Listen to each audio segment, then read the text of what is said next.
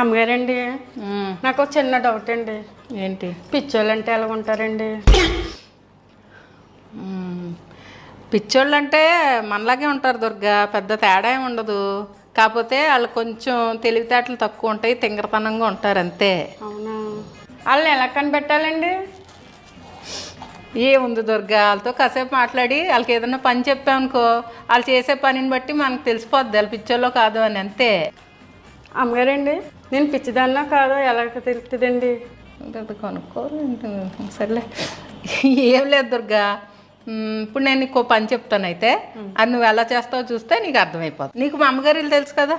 తెలుసండి. అయితే అక్కడికి వెళ్ళి నేను అక్కడ ఉన్నానో లేదో చూసిరా. చూసిరానండి. ఆ. సరే. నేను పిచ్చిదాన్ని అనుకున్నారు కదండి, నేను అక్కడికి వెళ్ళనండి. అక్కడికి వెళ్తే నేను పిచ్చిదాన్ని అని తెలుస్తుంది, అందుకే వెళ్ళకుండా వచ్చానండి. నేను తెలివైందా